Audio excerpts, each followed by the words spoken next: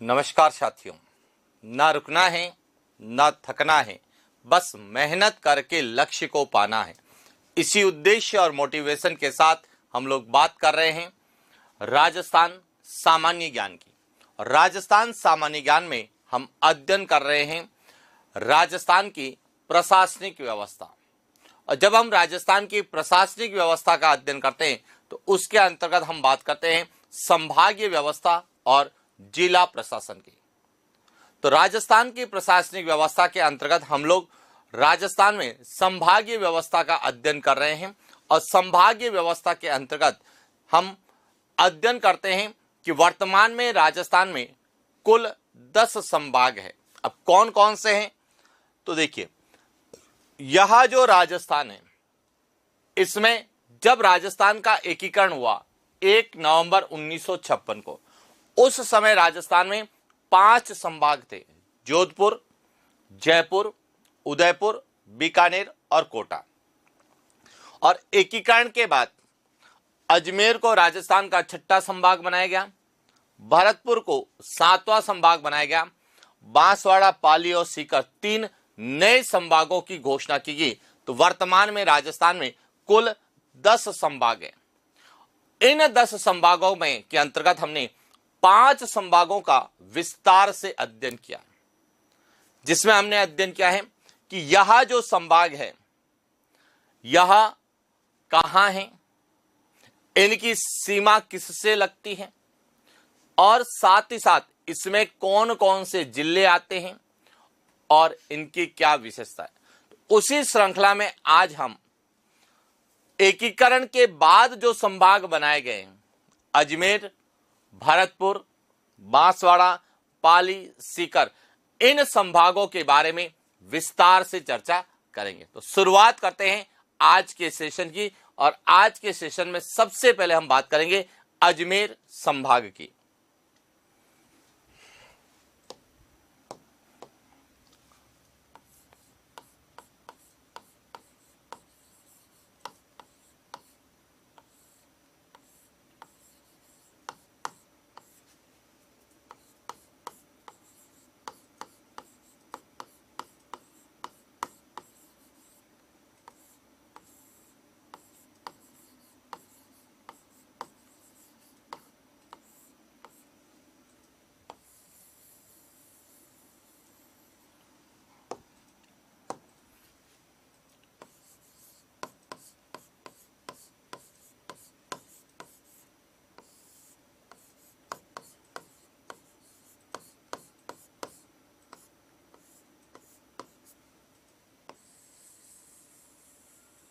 अजमेर संभाग, अब समझना यहां से अजमेर संभाग को लेके क्या प्रश्न।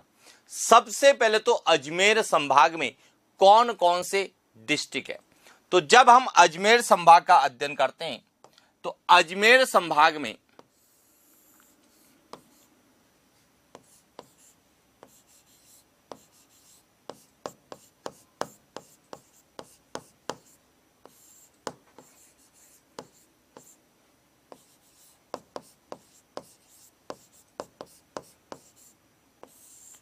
तैतीस जिलों के अनुसार और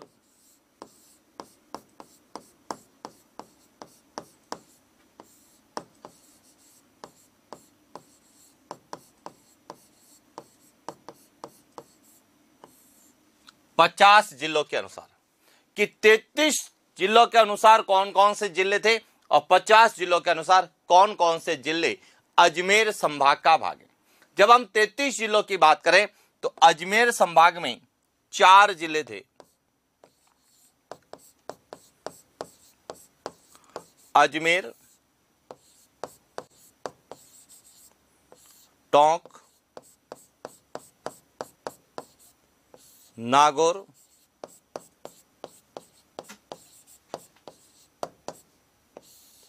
और भीलवाड़ा। कितने थे? 4। लेकिन जब अब 50 जिलों की बात करते हैं तो वर्तमान में इसमें कुल 7 जिले हैं। कितने हैं? 7। कौन कौन से हैं? अजमेर,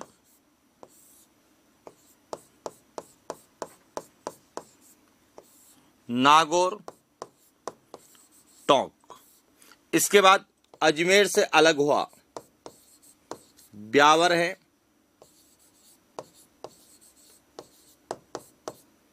केकड़ी है।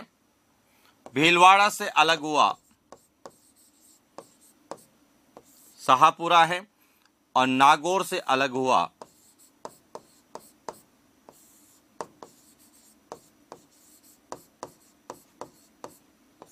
डीडवाना कुचामन। यानी कि सबसे पहले तो आपको यह क्लियर होना चाहिए कि अजमेर संभाग में वर्तमान में कौन से जिले हैं और पहले कौन से जिले।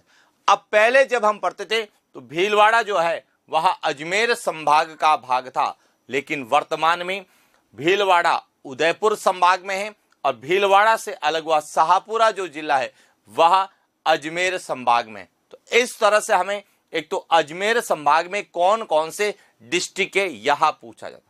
अब अजमेर संभाग की क्या विशेषता है तो अब समझना यहां से।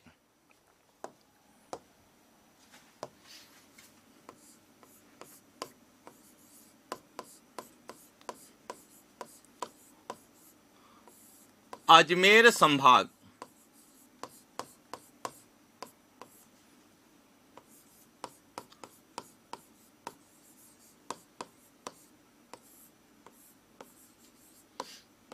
राजस्थान का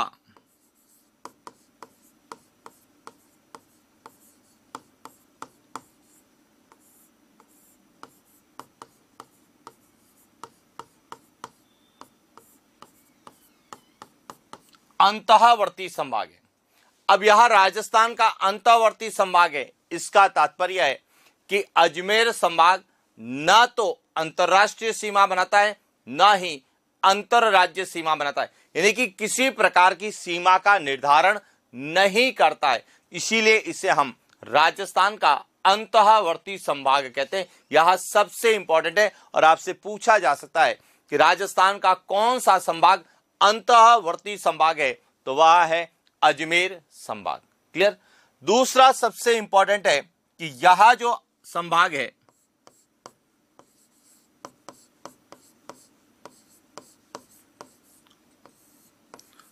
अजमेर संभाग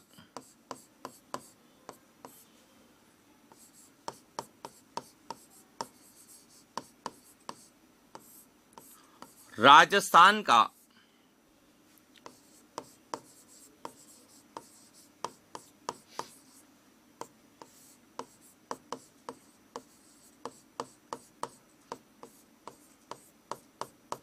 मध्यवर्ती संभाग है, यानी कि यह राजस्थान का मध्यवर्ती संभाग है जो राजस्थान के 8 संभागों से सीमा बनाता है, जिसकी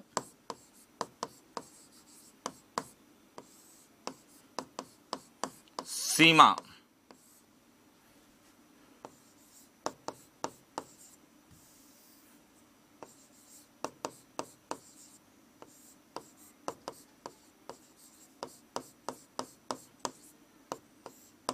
आठ संभागों से। कौन कौन सा?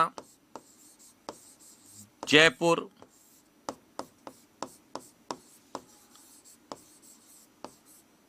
जोधपुर, कोटा,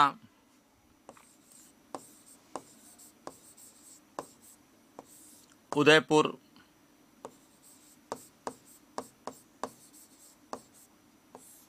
भरतपुर, पाली, सीकर, बीकानेर। यानी कि यहां 8 संभागों के साथ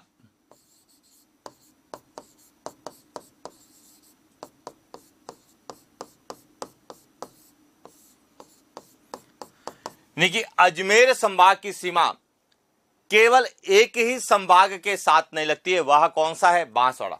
बांसवाड़ा संभाग को छोड़कर सभी संभागों के साथ यह सीमा बनाता है और इसीलिए हम कहते हैं कि यह मध्यवर्ती संभाग है और राजस्थान के सर्वाधिक संभागों के साथ यह सीमा बनाता है। कितने? 8 संभाग के साथ। केवल एक ही संभाग के साथ नहीं बनाता है। किसके साथ? बांसवाड़ा संभाग के साथ।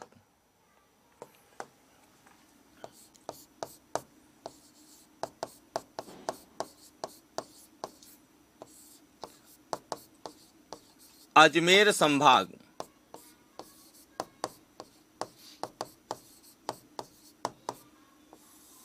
बांसवाड़ा,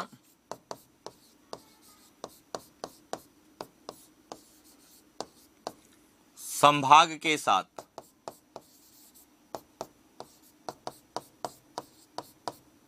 सीमा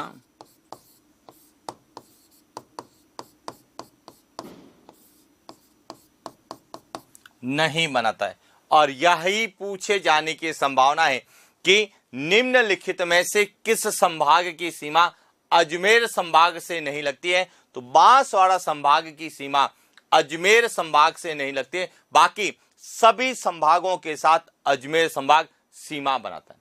और अजमेर संभाग से में 3 प्रकार का अपवाह तंत्र है।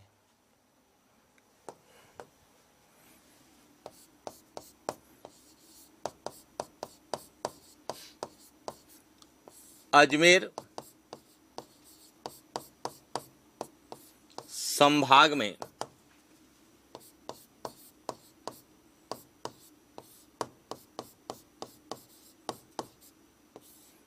तीनों प्रकार का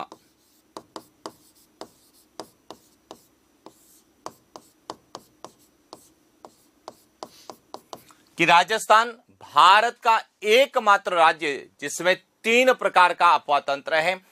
आंतरिक प्रवाह तंत्र है, अरब सागरीय नदी तंत्र है, बंगाल की खाड़ी नदी तंत्र।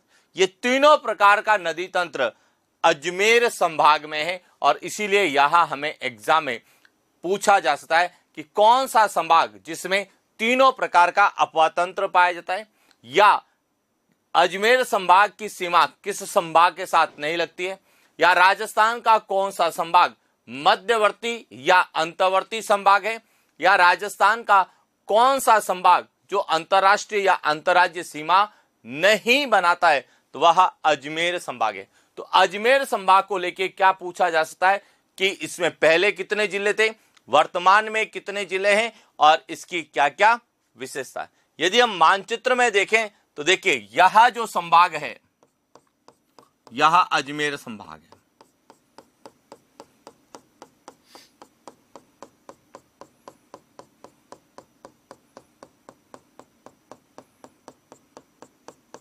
और अजमेर संभाग की सीमा सीकर, जयपुर, भरतपुर, कोटा, उदयपुर, पाली, जोधपुर, बीकानेर सभी से लगती है, केवल बांसवाड़ा संभाग से नहीं लगती है। और यह मध्य में है, इसीलिए इसे मध्यवर्ती, और यह किसी प्रकार की अंतरराज्य या अंतरराष्ट्रीय सीमा नहीं बनाता है, इसीलिए इसे हम अंतःवर्ती संभाग के रूप में जानते हैं। और यहीं से जो है प्रश्न पूछे जाने की संभावना है। क्लियर। इसके बाद अगला जो संभाग आता है, जो राजस्थान का 7वां संभाग था, जिसे हम कहते हैं भरतपुर संभाग। तो बात करते हैं भरतपुर संभाग की।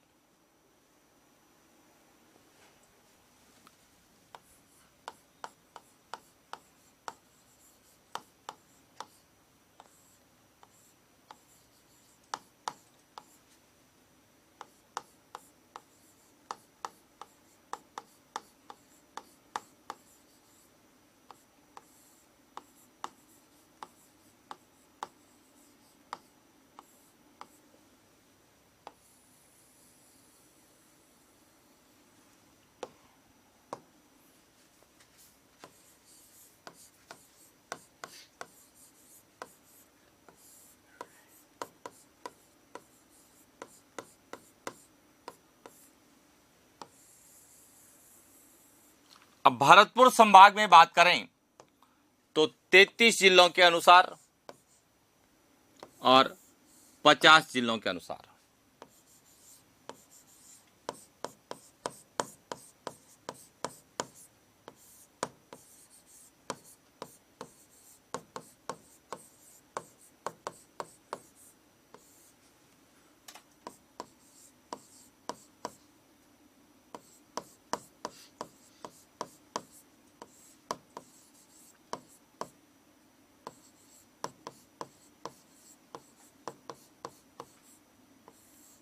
अब जब 33 जिलों के अनुसार बात करते हैं तो इसमें 4 जिले थे।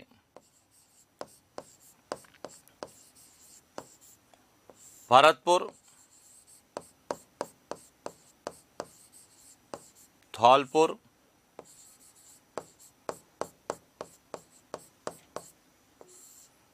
करौली,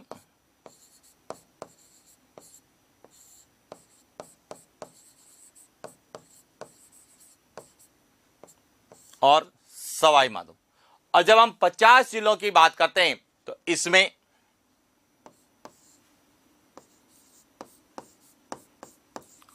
भरतपुर,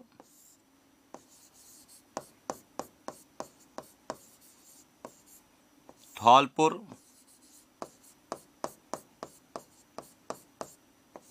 करौली,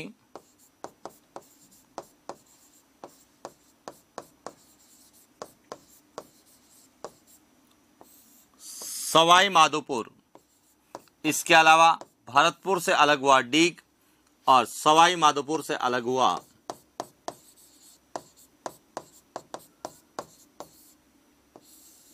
गंगापुर सिटी। यानी कि पहले इसमें 4 जिले थे, लेकिन वर्तमान में 50 जिलों के अनुसार अब इसमें कुल 6 जिले। क्लियर। अब इस भरतपुर संभाग की क्या विशेषता है? तो भरतपुर संभाग जो है मध्य प्रदेश, उत्तर प्रदेश और हरियाणा 3 राज्यों के साथ अंतर्राज्यीय सीमा का निर्धारण करता है।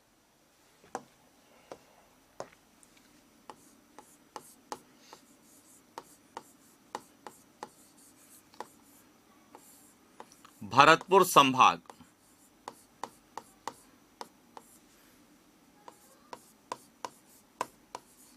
हरियाणा,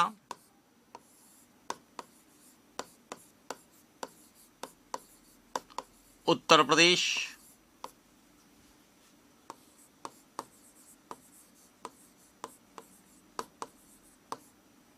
मध्य प्रदेश के साथ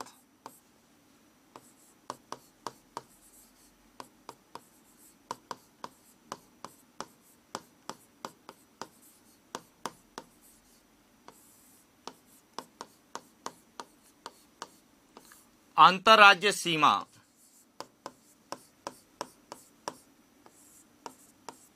कि जो भरतपुर संभाग है वह 3 राज्यों के साथ, देखिए जोधपुर संभाग एक राज्य और एक देश के साथ सीमा बनाता है, बीकानेर संभाग एक राज्य और एक देश के साथ, यानी कि एक एक राज्य के साथ और एक एक अंतर्राष्ट्रीय सीमा बनाते हैं। उदयपुर संभाग की जब बात की थी हमने, तो उदयपुर संभाग गुजरात और मध्य प्रदेश के साथ सीमा बनाता है। कोटा संभाग की बात की तो केवल मध्य प्रदेश के साथ सीमा बनाता है। जब हमने जयपुर संभाग की बात की तो वह हरियाणा के साथ सीमा बनाता है।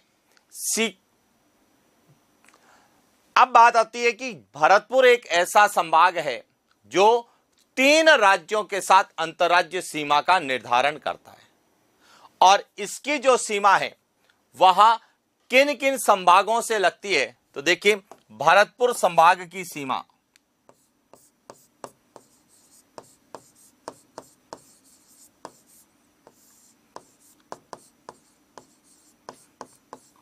भरतपुर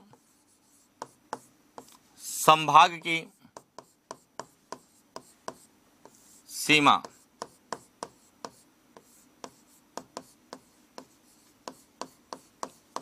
तीन संभागों जयपुर,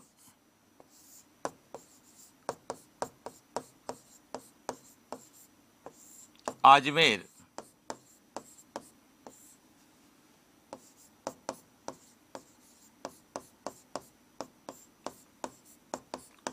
कोटा संभाग से, यानी कि 3 संभागों के साथ भरतपुर संभाग की सीमा लगती है।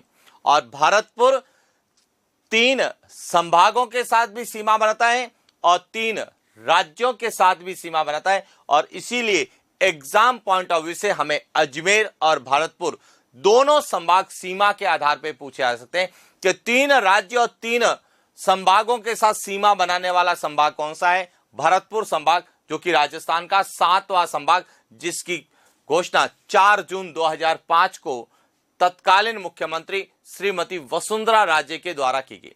वहीं अजमेर संभाग एक ऐसा संभाग जो कि अंतःवर्ती संभाग किसी प्रकार की अंतरराष्ट्रीय या अंतरराज्य सीमा नहीं बनाता है, लेकिन सर्वाधिक संभागों के साथ, यानी कि 10 में से 8 संभागों के साथ वह सीमा का निर्धारण करता है। और इसीलिए हमें अजमेर और भरतपुर संभाग को सीमा के रूप में पूछे जाने की संभावना ज्यादा है। तो इस तरह से हमें भरतपुर संभाग को लेकर प्रश्न पूछा जा सकता है। इसके बाद 17 मार्च 2023 को जब तत्कालीन मुख्यमंत्री अशोक गहलोत ने रामलुबाया समिति की सिफारिश पर राजस्थान में 3 नए संभागों की घोषणा की, तो उन संभागों को 7 अगस्त 2023 को राजस्थान सरकार द्वारा गजट नोटिफिकेशन में प्रकाशित किया गया। तो अब हमें जो नए संभाग जिनकी घोषणा 17 मार्च 2023 को हुई थी, और ये बने कब थे, 7 अगस्त 2023 को जो है यह बने थे। तो जो 3 नए संभाग बने उनके बारे में हम विस्तार से चर्चा करेंगे कि वहां से किस प्रकार से प्रश्न पूछे जा सकते हैं। तो बात करते हैं नए संभाग, जो 3 नए संभाग बने उनमें सबसे पहले सीकर संभाग की, कि सीकर संभाग को लेके क्या प्रश्न हमसे पूछे जा सकते हैं।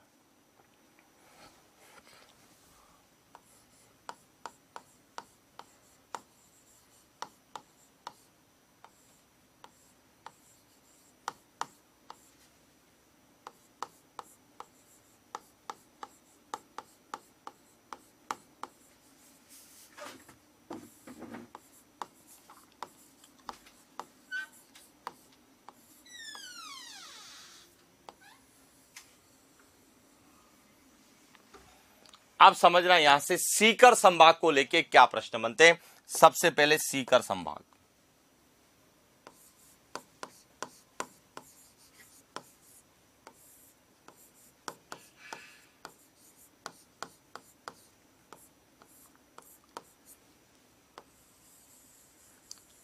सबसे पहले तो आपको यह पता होना चाहिए कि सीकर संभाग में कौन कौन से जिले आते हैं। तो सीकर संभाग में 4 जिले हैं। कौन कौन से हैं? सीकर,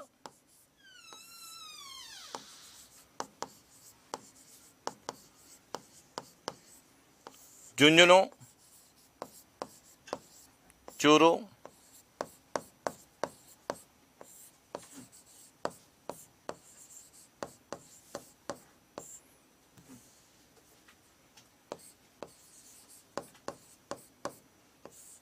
कितने जिले आते हैं?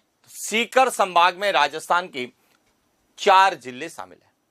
अब सीकर संभाग को जो नया संभाग बनाया, यह किससे बनाया गया? तो देखिए 7 अगस्त 2023 को, कब? 7 अगस्त 2023 को जयपुर और बीकानेर संभाग को पृथक कर सीकर संभाग बनाया गया।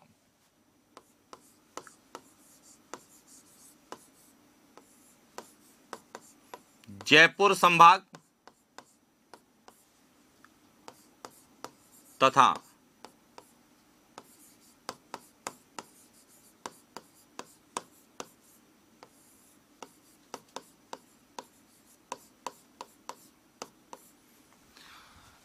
बीकानेर संभाग को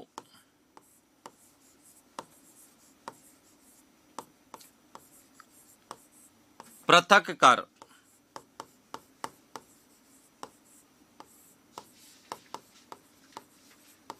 सीकर संभाग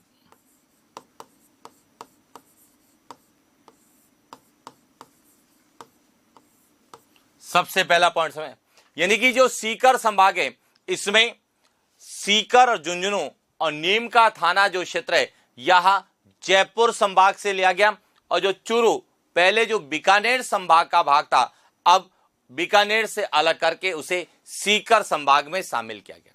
तो पहला पॉइंट तो आपको यह क्लियर होना चाहिए कि सीकर संभाग किन संभागों से बनाया गया। अब यहां किसके साथ सीमा बनाता है? तो यह हरियाणा के साथ अंतरराज्य सीमा का निर्धारण करता है।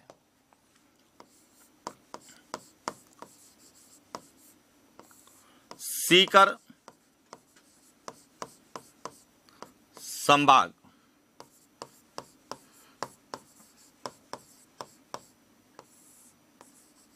हरियाणा के साथ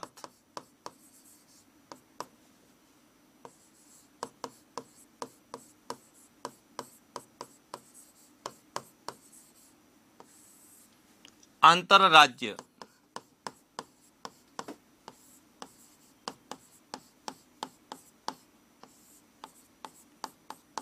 किसके साथ?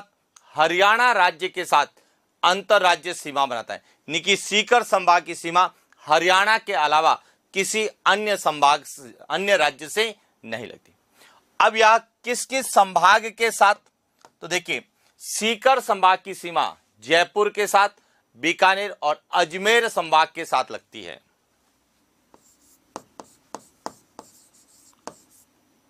सीकर संभाग,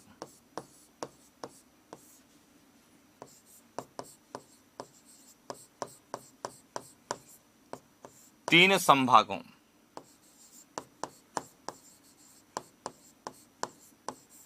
बीकानेर, जयपुर,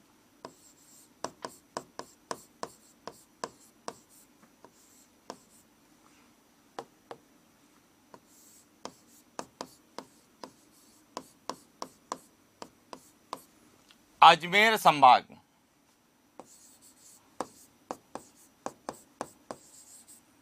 के साथ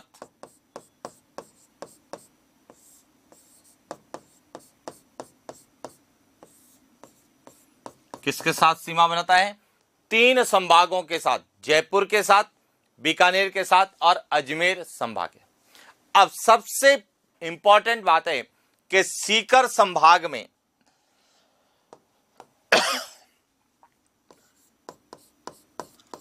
सीकर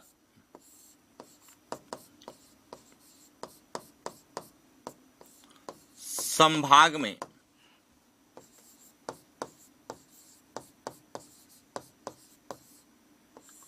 शेखावटी प्रदेश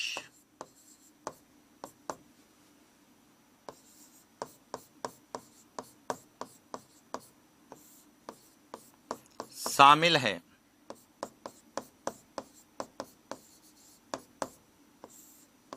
जिसकी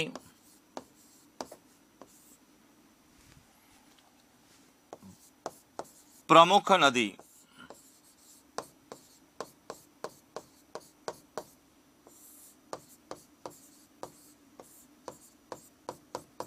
कांतली नदी। यह ध्यान रखना, डायरेक्ट प्रश्न पूछा जाता है कि जैसे हाड़ौती प्रदेश में कौन सा संभाग आता है? कोटा संभाग आता है। उसी प्रकार शेखावटी प्रदेश में कौन सा संभाग आता है? सीकर संभाग आता है। और शेखावटी प्रदेश की मुख्य नदी कौन सी है? कांतली नदी है।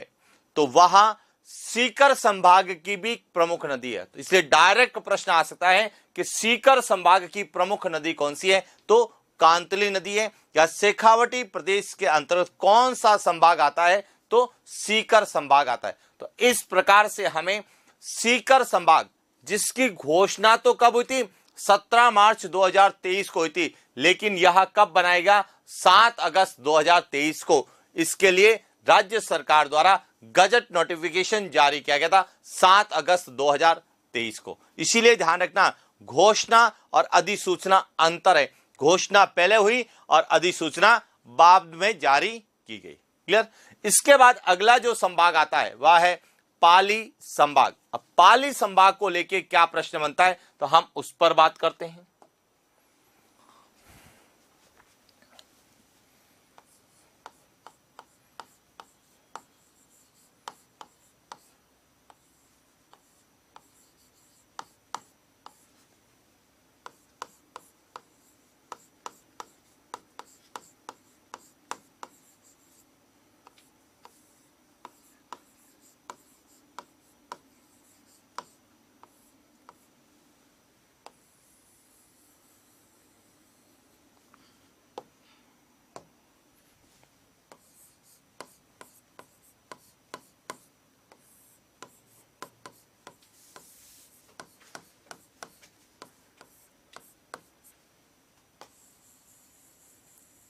अब सबसे पहले तो पाली संभाग में कौन कौन से जिले हैं, तो इसमें पाली है, जालोर है,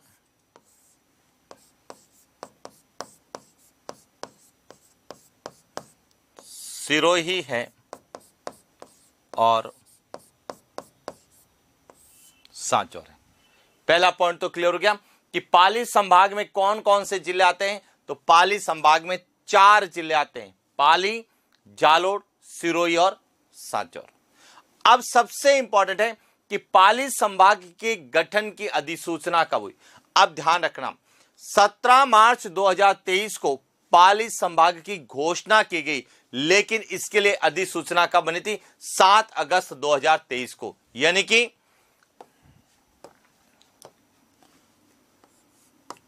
7 अगस्त 2023 को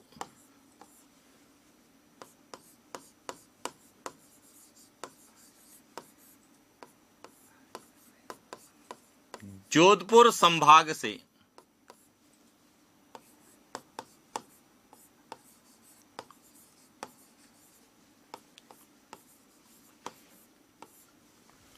पृथक कर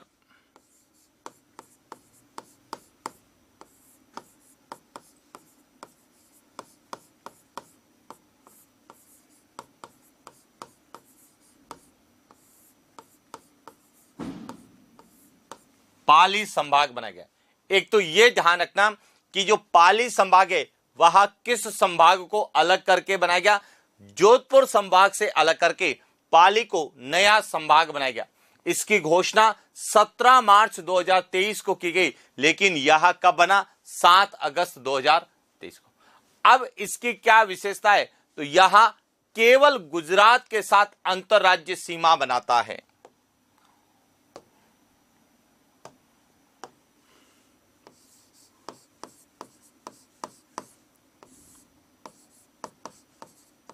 पाली संभाग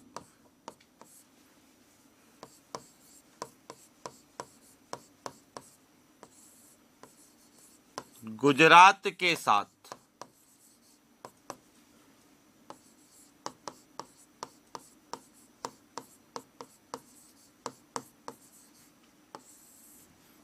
अंतरराज्य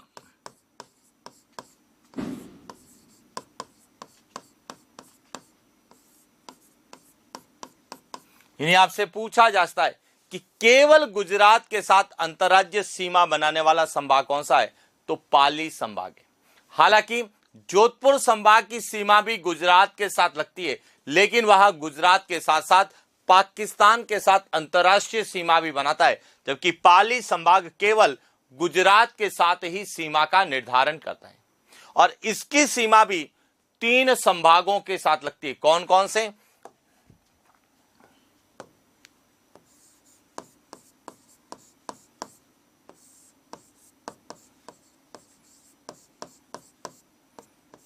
पाली संभाग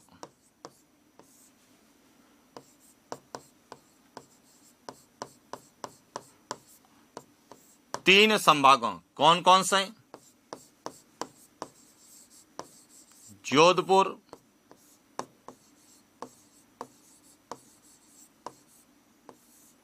उदयपुर,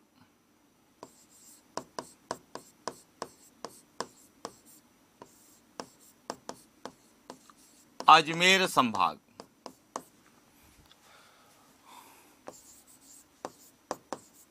के साथ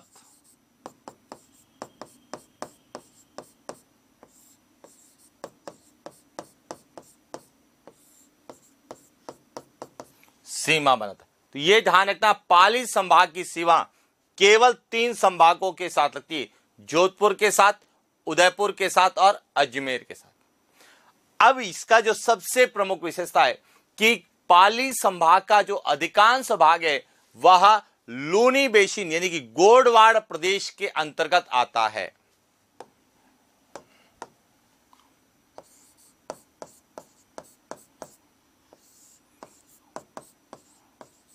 पाली संभाग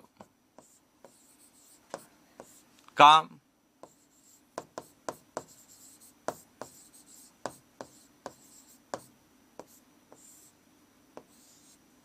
अधिकांश भाग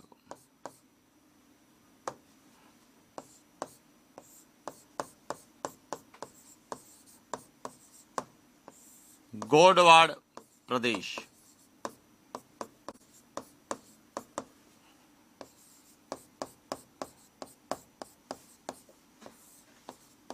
में शामिल है।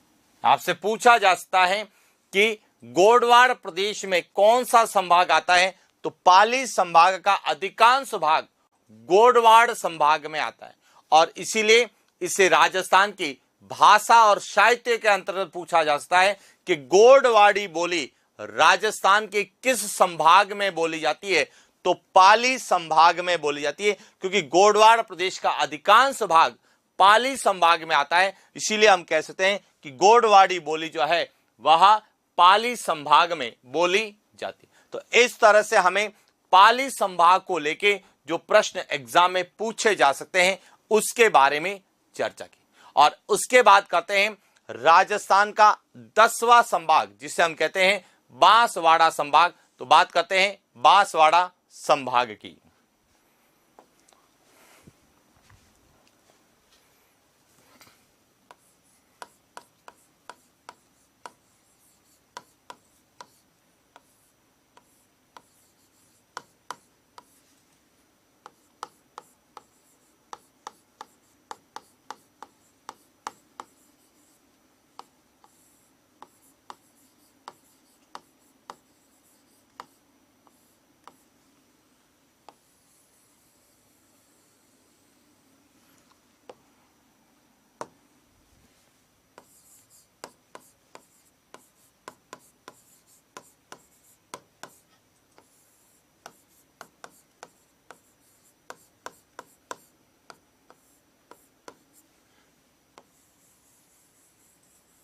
बांसवाड़ा संभाग। अब बांसवाड़ा संभाग में कौन कौन से जिले आते हैं, तो देखिए इसमें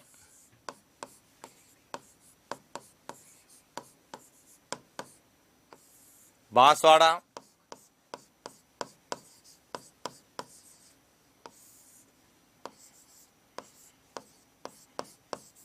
प्रतापगढ़ और डूंगरपुर, यानी कि बांसवाड़ा संभाग में राजस्थान के 3 डिस्ट्रिक्ट आते हैं। कितने? 3 जिले। यानी कि राजस्थान में सबसे कम जिले किस संभाग में हैं? बांसवाड़ा संभाग में। बाकी सब में 4 या 4 से ज्यादा है। किसी में 4 हैं, किसी में 5 है, किसी में 6 है, तो किसी में 7 है। लेकिन बांसवाड़ा एकमात्र ऐसा संभाग है जिसमें सबसे कम यानी कि 3 जिले। अब बांसवाड़ा संभाग को लेके क्या प्रश्न बनते हैं? सबसे पहला प्रश्न बनता है कि बांसवाड़ा संभाग को किस संभाग से अलग करके बनाया गया है, तो ध्यान रखना 7 अगस्त 2023 को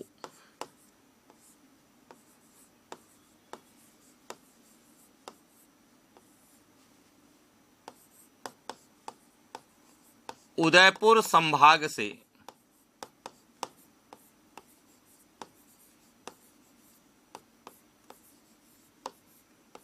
पृथक कर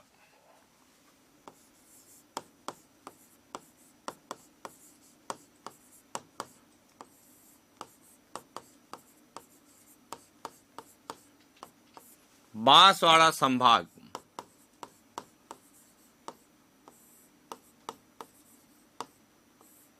बनाया गया। पहला पॉइंट किससे अलग करके बनाया गया? उदयपुर संभाग से। अब यह जो है किसके साथ सीमा बनाता है? तो बांसवाड़ा संभाग की सीमा जो है वह किस संभाग के साथ? तो उदयपुर संभाग के साथ ही सीमा बनाता। और किस राज्य के साथ? तो ध्यान रखना यह जो है गुजरात और मध्य प्रदेश राज्यों के साथ अंतर्राज्यीय सीमा बनाता है।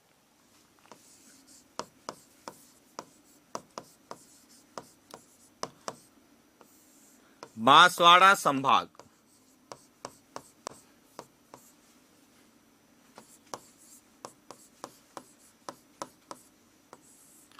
गुजरात तथा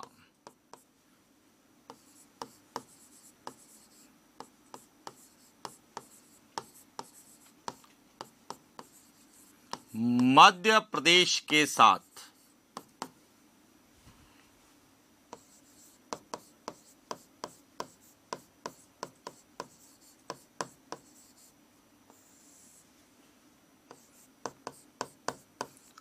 अंतरराज्य सीमा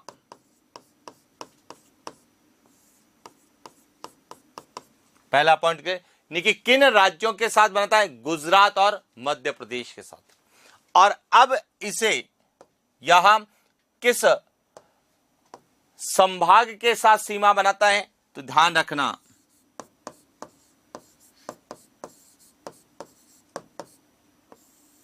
बांसवाड़ा संभाग।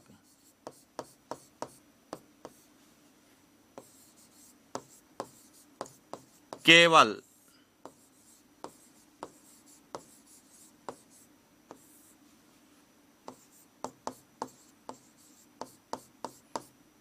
उदयपुर संभाग के साथ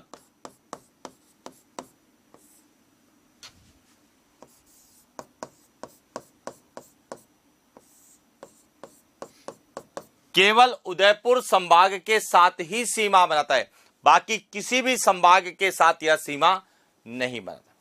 और यहां क्षेत्रफल की दृष्टि से राजस्थान का सबसे छोटा संभाग है।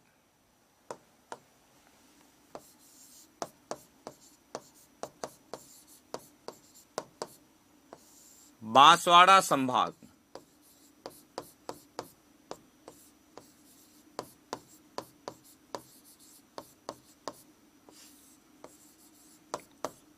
क्षेत्रफल की दृष्टि से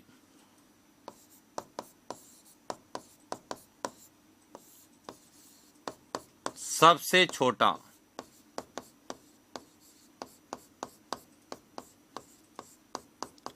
क्षेत्रफल में सबसे बड़ा जोधपुर संभाग है और क्षेत्रफल में सबसे छोटा कौन सा है? बांसवाड़ा संभाग है, जिसमें सबसे कम जिले कितने? मात्र 3 जिले बांसवाड़ा, डूंगरपुर और प्रतापगढ़ शामिल है। अब इसके बाद जो सबसे इंपॉर्टेंट बात है कि माही बेसिन,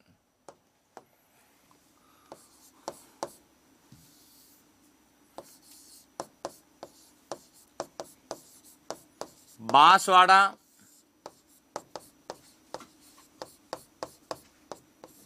संभाग में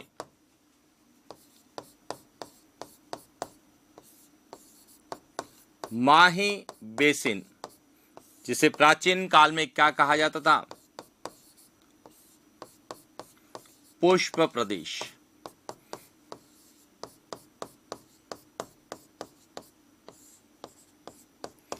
माही बेसिन जो है वह पूर्ण रूप से किस में आता है?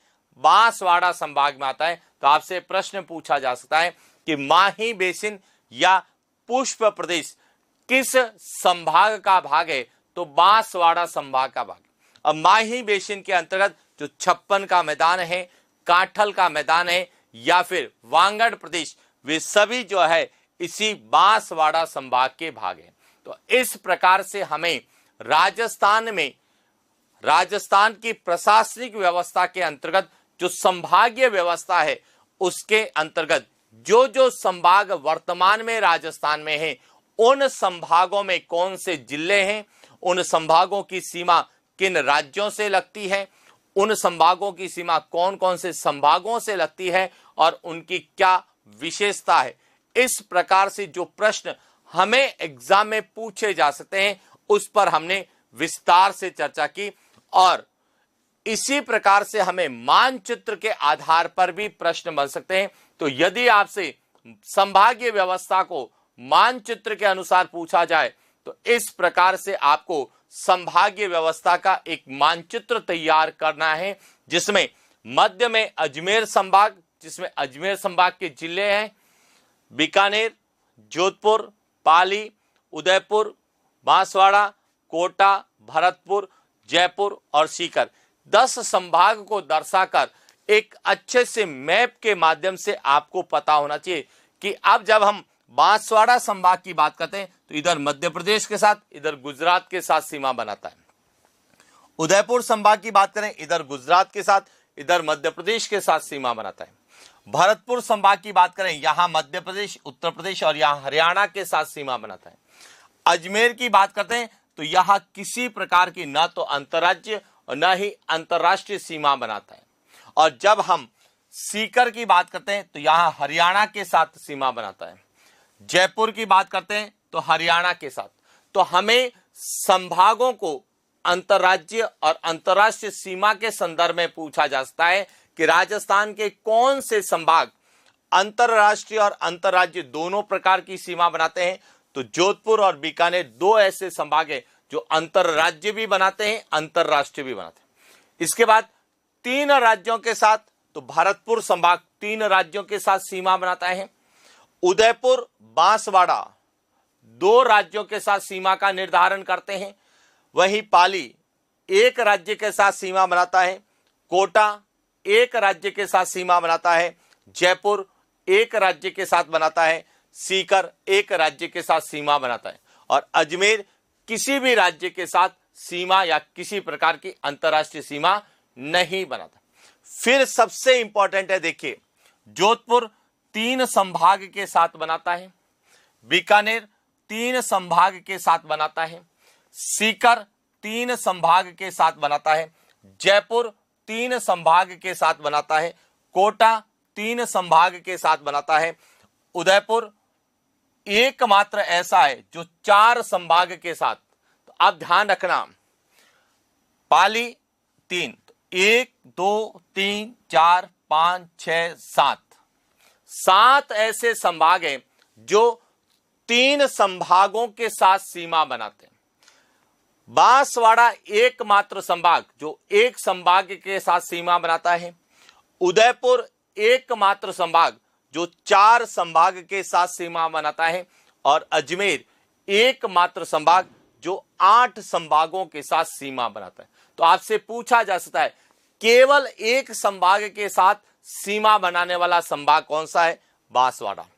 4 संभागों के साथ सीमा बनाने वाला उदयपुर और 8 संभागों के साथ सीमा बनाने वाला अजमेर। और या फिर पूछा जा सकता है निम्नलिखित में से कौन सा संभाग 3 संभाग के साथ सीमा नहीं बनाता है? तो अजमेर नहीं बनाएगा, उदयपुर नहीं बनाएगा, बांसवाड़ा नहीं बनाएगा। बाकी सभी संभाग, चाहे वह पाली है, चाहे जोधपुर है, बीकानेर है, सीकर है, जयपुर है, भरतपुर है, कोटा है, सभी 3 संभाग के साथ सीमा का निर्धारण करते हैं। और इसीलिए हमें मानचित्र के आधार पर संभागीय व्यवस्था की पूर्ण जानकारी होनी चाहिए कि पहले तो आप मानचित्र में सभी संभागों को अलग अलग कलर से दर्शाएं।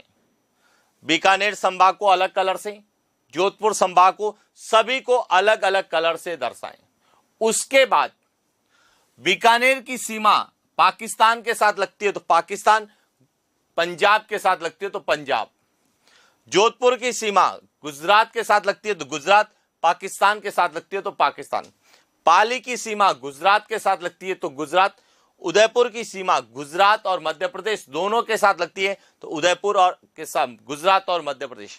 बांसवाड़ा की सीमा गुजरात और मध्य प्रदेश दोनों के साथ लगती है तो दोनों के साथ लगे। और इस तरह से यदि आप एक अच्छा मानचित्र तैयार कर लेते हैं तो निश्चित रूप से संभागों को लेके किसी तरह का प्रश्न जो विशेष रूप से सीमाओं के आधार पर या संभागों की सीमा को लेके जो पूछा जा सकता है वह कभी गलत नहीं होगा।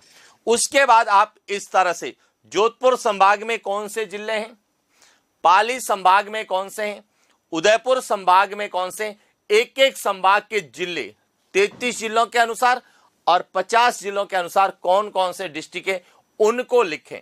और उसके बाद एक एक संभाग की क्या विशेषता है, यदि आप इस तरह से तैयार करते हैं तो संभाग को लेके किसी भी प्रकार का प्रश्न एग्जाम में यदि पूछा जाएगा तो आपका मानचित्र के अनुसार और संभागीय व्यवस्था के अनुसार गलत नहीं होगा।